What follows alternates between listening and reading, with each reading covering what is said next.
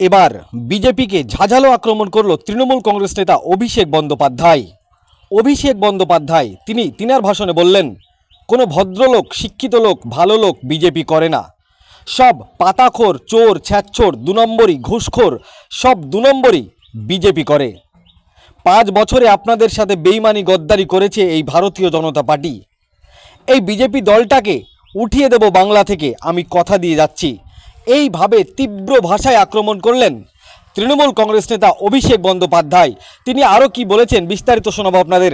এই ভিডিওটি যারা দেখছেন চ্যানেলটি লাইক করবেন, শেয়ার করবেন আর সাবস্ক্রাইব করবেন। আই লাভ মাই ইন্ডিয়া, মেরা ভারত মহান।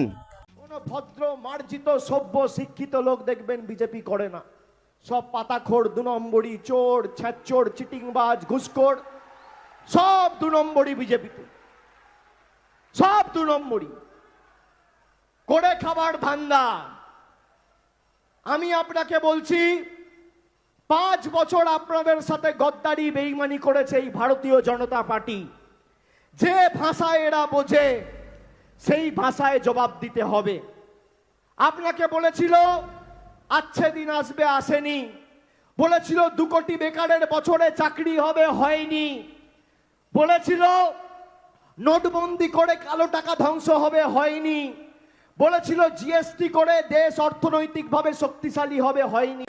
আমি সঙ্গে সঙ্গে 48 ঘন্টার মধ্যে ওদের আর একজন এমএলএকে ভাঙিয়ে তৃণমূলে নিয়ে এসেছি। এখনো 10 জন লাইনে আছে। ঠিক টাইমে দরজা খুলবো, এই দলটাকে উঠিয়ে দেবো বাংলা থেকে, আমি কথা দিয়ে যাচ্ছি। আপনারা ঐক্যবদ্ধ থাকুন।